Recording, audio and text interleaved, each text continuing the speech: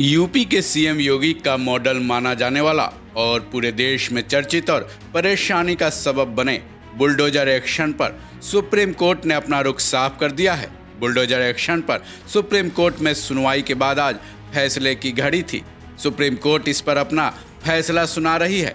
Supreme court का पूरा फैसला क्या आया, इसकी पूरी डिटेल हम अगली खबर में देंगे। लेकिन अभी तक सुप्रीम कोर्ट ने जो फैसला सुना दिया है उसके बारे में हम आपको इस वीडियो में बताने जा रहे हैं।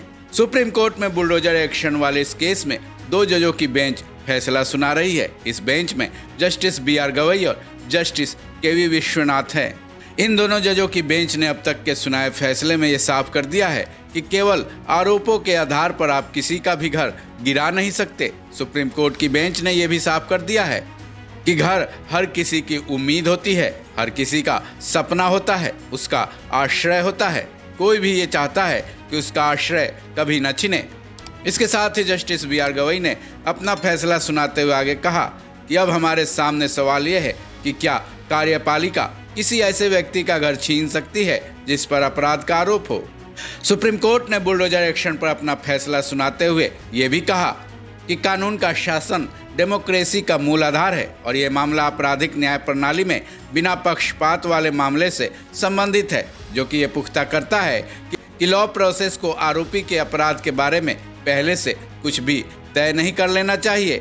सुप्रीम कोर्ट ने यह भी कहा कि ये राज्य सरकारों की जिम्मेदारी है कि वो अपने स्टेट में लीगल सिस्टम को पुख्ते तौर पर बनाए रखे। साथ ही सुप्रीम कोर्ट की बेंच ने यह भी कहा कि सभी याचिकाकर्ताओं की दलीलें सुनने के बाद हम ये आदेश जारी कर रहे हैं। साथ ही इस फैसले को सुनाने से पहले सुप्रीम कोर्ट के पिछले कई फैसलों पर भी विचार किया गया है, जिसके तहत ये सामने आया है कि ये राज्य सरकारों की जिम्मेदारी है कि वो अपने राज्य के लोगों को अपनी मनमानी करने से बचाएं। हमारे इस फैसले में संविधान के तहत जनता को मिले अधिकारों पर भी विचार किया गया है। उसके मुताबिक जनता को राज्य की मनमानी कार्रवाई से बचाते हैं। सुप्रीम कोर्ट ने बुलडोजर एक्शन पर फैसला सुनाते हुए ये भी कहा कि कानून ये तय करने का एक फ्रेमवर्क भी देता है जिसके जरिए लोगों को ये पता चलता है कि उनकी संपत्ति को कोई भी मनमाने तरीके से छीन नहीं सकता है। सरकारों की मनमानी करने की परमिशन नहीं दी जा सकती है।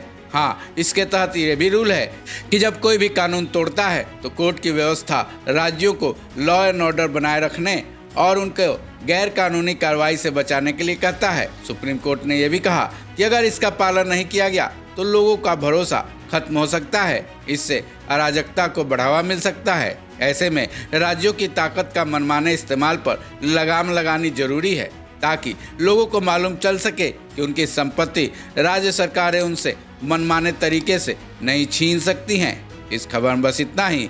बाकी अपडेट्स के लिए जुड़े रहें वन इंडिया हिंदी के साथ।